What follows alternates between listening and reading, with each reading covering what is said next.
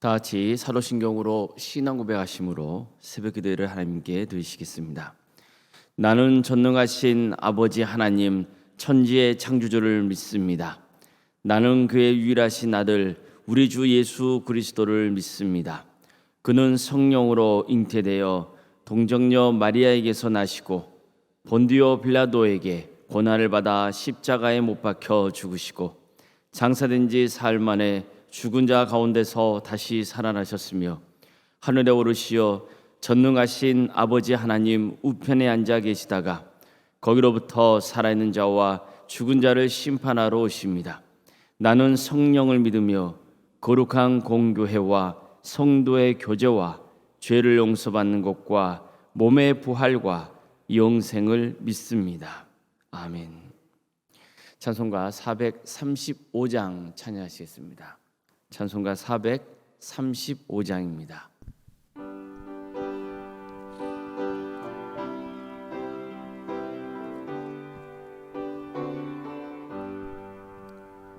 나의 영원하신 기업 생명보다 귀하다. 나의 갈 길 다가도록 나와 동행하소서. 주께로 가까이 주께로 가오리. 나의 갈 길 다가도록 나와 동행하소서. 세상 무기 아니함과 모든 명예 버리고 험한 길을 가는 동안 나와 동행하소서. 주께로 가까이 주께로 가오리. 나의 갈 길 다가도록 나와 동행하소서.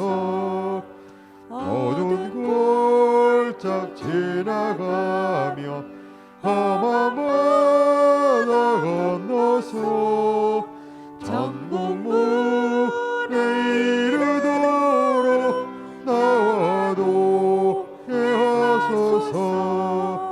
주께로 가까이 주께로 가오리. 나의 갈 길 다가도록 나와 동행하소서. 아멘. 하나님의 말씀 함께 보겠습니다. 구약성경 창세기 9장 18절에서 23절까지 말씀입니다. 창세기 9장 18절에서 23절 말씀입니다.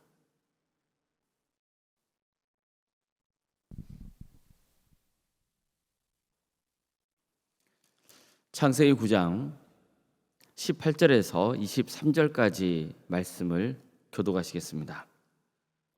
방주에서 나온 노아의 아들들은 셈과 함과 야벳이며 함은 가나안의 아버지라. 노아의 이세 아들로부터 사람들이 온 땅에 퍼지니라. 노아가 농사를 시작하여 포도나무를 심었더니 포도주를 마시고 취하여 그 장막 안에서 벌거벗은지라. 가나안의 아버지 함이 그의 아버지의 하체를 보고 밖으로 나가서 그의 두 형제에게 알림해 셈과 야벳이 옷을 가져다가 자기들의 어깨에 메고 뒷걸음져 들어가서 그들의 아버지의 하체를 덮었으며 그들이 얼굴을 돌이키고 그들의 아버지의 하체를 보지 아니하였더라. 아멘. 거룩한 주일을 맞아 새벽 기도를 드리며 하나님의 은혜를 간구하는 우리 모든 성도님들의 삶의 자리마다 또 주님께서 친히 세우시고 다스리시는 동암교회 위에 하나님의 은혜와 평강이 늘 충만하시기를 주님의 이름으로 축원합니다. 선줄로 생각하는 자는 넘어질까 조심하라. 바울이 고린도 교회의 성도들에게 전한 경고의 말씀입니다. 비록 하나님께 큰 은혜를 받았다고는 하나 그 은혜 뒤에 시험도 따라올 수 있음을 경고하고 있는 겁니다.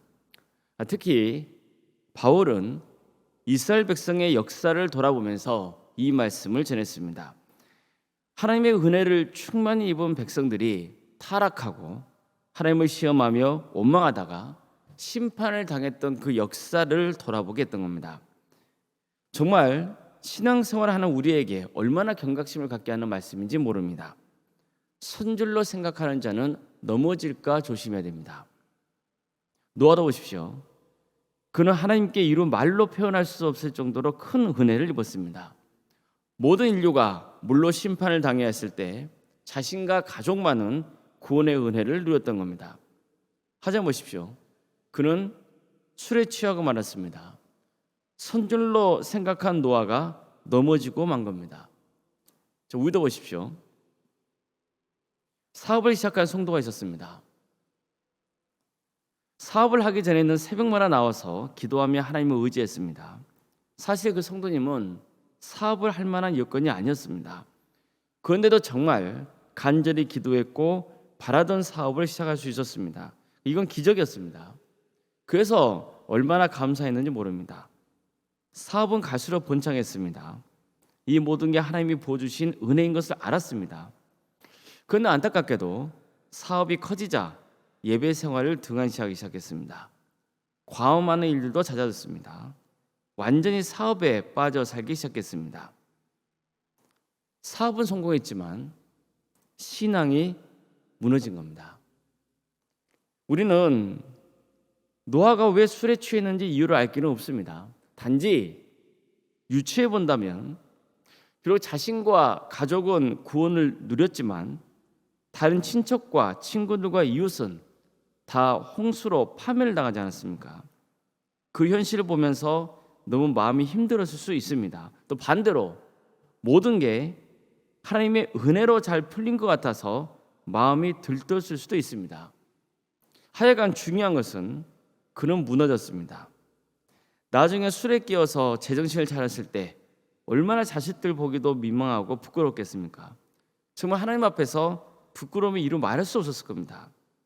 아예 하나님을 모르거나 대충 믿었던 사람이라면 모를까, 정말 이제까지 악한 세상 속에서도 어렵게 살려고 부단히 애쓰지 않았습니까?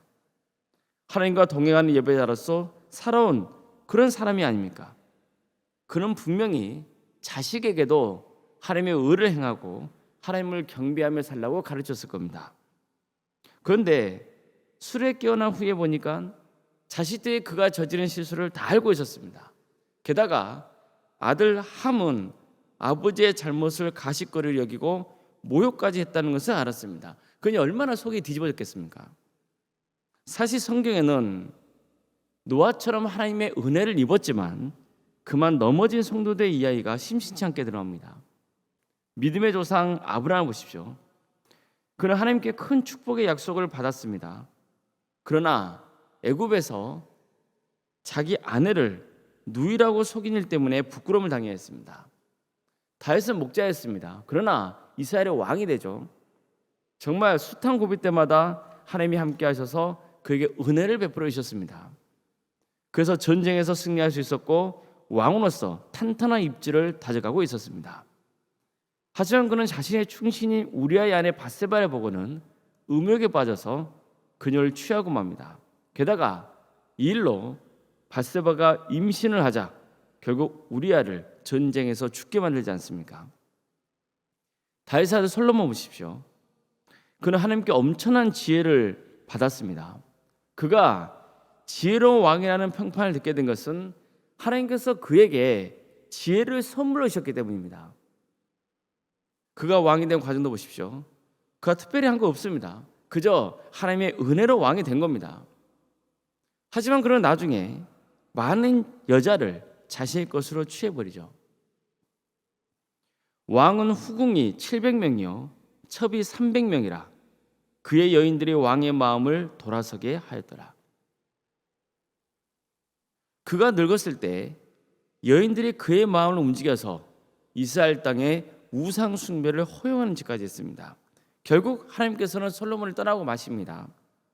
그는 하나님의 은혜로 섰던 사람이었지만 결국 무너졌습니다. 그래서 그가 죽은 후에 이스라엘은 두 나라로 갈라지고야 마는 겁니다. 자, 이외에도 하나님의 은혜를 충만히 입었지만 결국 무너진 신앙인들이 성경 곳곳에 등장합니다.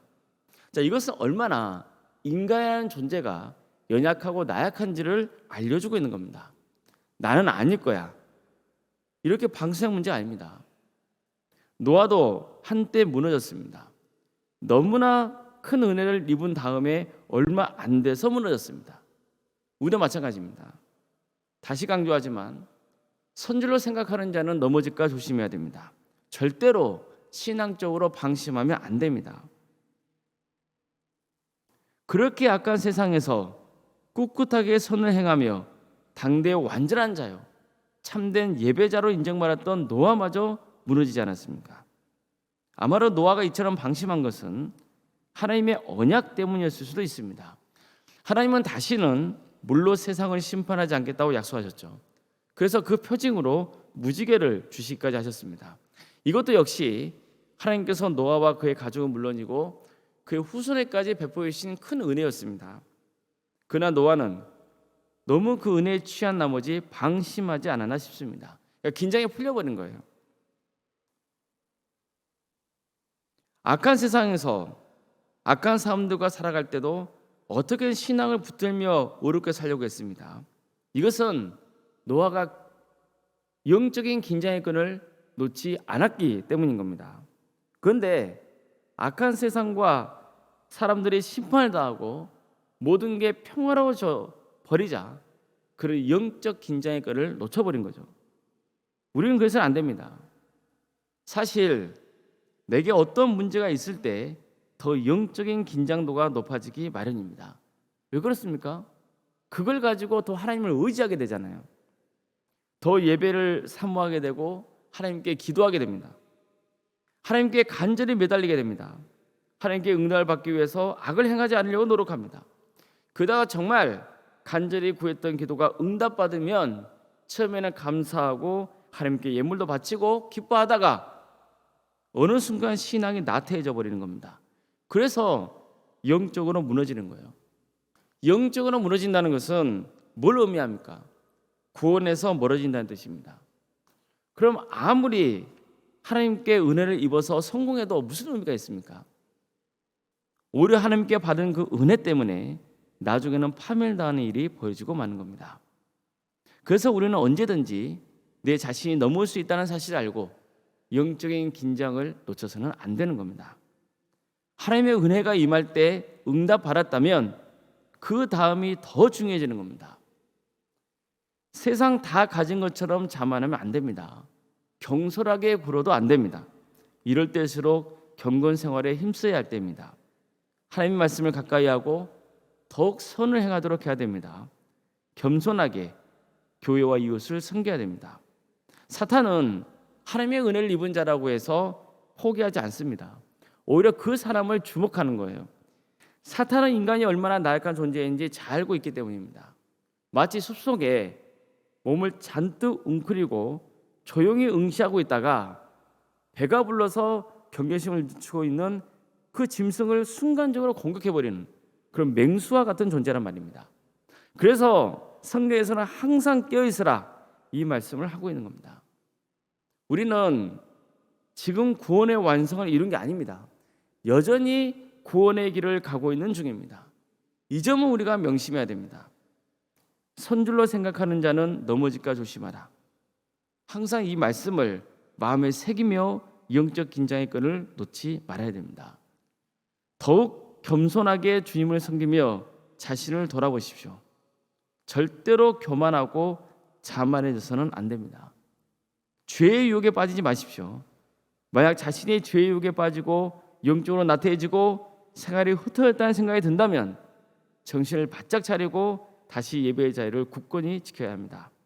그래서 삶을 회개하고 다시 주님의 은혜를 구해야 하는 겁니다. 더욱 헌신하시기 바랍니다. 예수님이 우리 안에 거하시길 바라며 성령께서 내 삶을 선하게 인도해 주시기를 간구하시기 바랍니다. 그래서 끝까지 하나님이 베푸신 은혜 속에 거하며 그 받은 은혜로 가정과 세상에 또 교회에 선한 영향력을 끼치는 주님의 자녀가 되시기를 주의 이름으로 축원합니다. 기도하시겠습니다.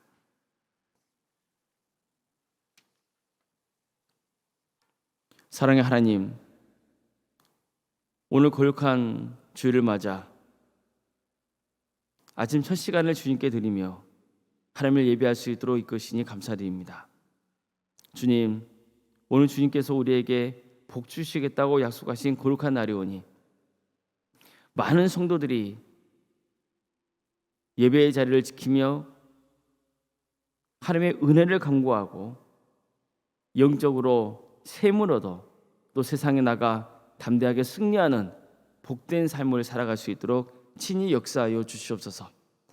우리 교회에서 드려지는 모든 예배 가운데 함께하여 주셔서 성령 충만한 예배가 되게 하여 주시며 많은 성도가 모여 하나님을 예배하는 거룩한 역사가 있게 하여 주시옵소서. 복음의 터도 위에 굳건히 서 있고 또한 사랑으로 하나 되는 도함교회가 될 수 있도록 친히 인도하여 주시옵소서. 하나님의 은혜를 입은 자로서 그 은혜를 지키는 삶을 살 수 있도록 도와주시옵소서.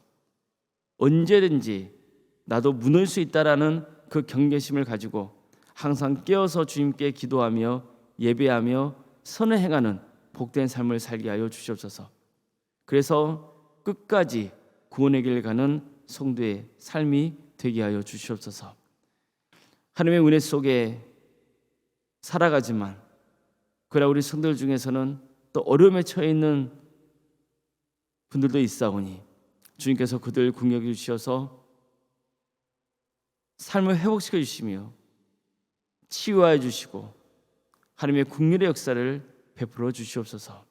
백혈병으로 또 위암과 유방암과 폐렴과 당뇨로 심부전증과 갑상선과 소화장애로 허리골절로 소아마비 장애로 뇌질환과 공황장애와 신경쇠약과 또 난청으로 만성간염으로 포도막염으로 허리협착증으로 또 사고로 인해서 몸이 다쳐서 어려움에 처해 있는 성도들이 있사오니 주님께서 도와주시고 함께하여 주시옵소서.